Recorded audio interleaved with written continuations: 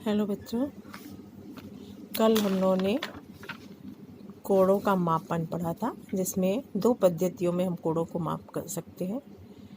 दो मात्रकों में माप सकते हैं, अंश या डिग्री में, और उसके छोटे मात्रक हैं मिनट, सेकंड, और दूसरा रेडियन में। तो उसके क्वेश्चन दिए थे, अभी किसी ने करके मुझे भेजा नहीं है। फर्स्ट ईयर काम नहीं कर रहा है, सेकेंड ईयर के बच्चे काम करके भेज रहे हैं। फर्स्ट ईयर काम नहीं कर रहा है, क्या सोच रहे हो पता नहीं। हाँ, मैथ्स पढ़ना है तो काम रेगुलर करते रहिए, क्योंकि ये रिपीट नहीं होंगे कुछ लेसन्स। अब जो हाई स्कूल में तुम लोगों ने पढ़ा है, हम उस पर आगे उसी को कंटिन्यू करते हैं, तो उसको रिवाइज कर ले। त्रिकोणमितीय अनुपात तुम लोगों ने पढ़ा है, साइन थीटा बराबर लंब बटे कर्ण। किसी भी समकोण त्रिभुज में लंब और कर्ण के अनुपात को उस कोण का साइन थीटा कहते हैं। और कॉस थीटा इसी तरह से आधार बटे कर्ण, टैन थीटा लंब बटे आधार, ये सब पढ़ चुके हो। कॉट थीटा आधार बटे लंब, कॉसेक थीटा कर्ण बटे लंब। कॉसेक साइन थीटा का व्युत्क्रम है, वहाँ लंब बटे कर्ण था, यहाँ कर्ण बटे लंब हो गया। इसी तरह से सेक थीटा कॉस थीटा का व्युत्क्रम है, यहाँ कर्ण बटे आधार हो गया। टैन थीटा कॉट थीटा का व्युत्क्रम है, लंब बटे आधार से कॉट में आधार बटे कर्ण हो जाएगा, आधार बटे लंब हो जाएगा। और टैन थीटा बराबर sine theta upon cos theta. Cosec theta को व्युत्क्रम है साइन का, तो 1 अपॉन साइन लिख सकते हैं। सेक को 1 अपॉन कॉस, कॉट को कॉस अपॉन साइन या 1 अपॉन टैन भी लिख सकते हैं। त्रिकोणमितीय सर्वसमीकाएं कुछ तुमने पढ़ी होगी। सर्वसमीका किसको कहते हैं बच्चों? जो थीटा के हर मान के लिए ये समीकरण इक्वल टू लिखा हुआ है, लेकिन ये समीकरण के साथ साथ सर्वसमीका भी है। ये थीटा के केवल एक मान को संतुष्ट नहीं करता है, ये सभी मानों के लिए सत्य है, तो इसको हम सर्वसमीका कहते हैं। तो पहली सर्वसमीका sine square theta plus cos square theta is equal to 1। इसका प्रूफ भी यहाँ से वर्क करके देख लो। तो पाइथागोरस थ्योरम से कर्ण का वर्ग बराबर आधार का वर्ग प्लस लंब का वर्ग होता है, तो उससे प्रूफ भी तुमने छोटे क्लास में किया है 10th में। 1 plus tan square theta is equal to sec square theta. ये सर्वसमीकाओं को हमेशा याद रखना है आपको, इतना प्रैक्टिस करते रहेंगे, इसका इतना उपयोग करेंगे कि ये याद हो जाए। 1 plus cot square theta is equal to cosec square theta. ये 3 सर्वसमीकाएं हैं जिसके आधार पे हम आगे करेंगे। उसके अलावा बहुत सारे ट्रिग्नोमेट्री में सूत्र होंगे। एक ये भी आपने पढ़ा होगा कि साइन का मान किन किन चतुर्थांशों में वो त्रिकोणमितीय अनुपात जो है वो धनात्मक होता है, किस में ऋणात्मक होता है। चतुर्थांश बच्चों जानते हो क्या होता है? कि किसी भी तल को दो परस्पर लंब रेखाओं से हम 4 चतुर्थांशों में विभाजित करते हैं। पहला एंटी क्लॉक चलिए, पहला, दूसरा, तीसरा, चौथा।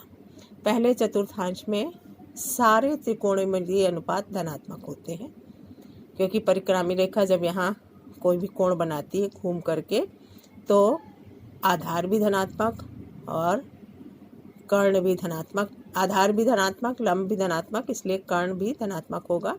तो सारे त्रिकोणमितीय, जब आधार लंब कर्ण सब धनात्मक है, तो सारे त्रिकोणमितीय अनुपात धनात्मक होंगे।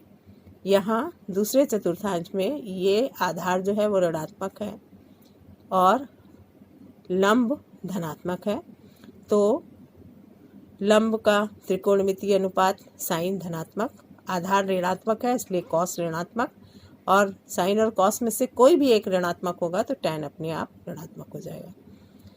तो यहाँ साइन और कोसेक, साइन का व्युत्क्रम क्या है? कोसेक। साइन और कोसेक को छोड़ करके 6 त्रिकोणमितीय अनुपात आपने पढ़े हैं, 6 में से 4 ऋणात्मक होंगे, साइन और कॉस धनात्मक होगा। यहाँ 6 धनात्मक हो गए।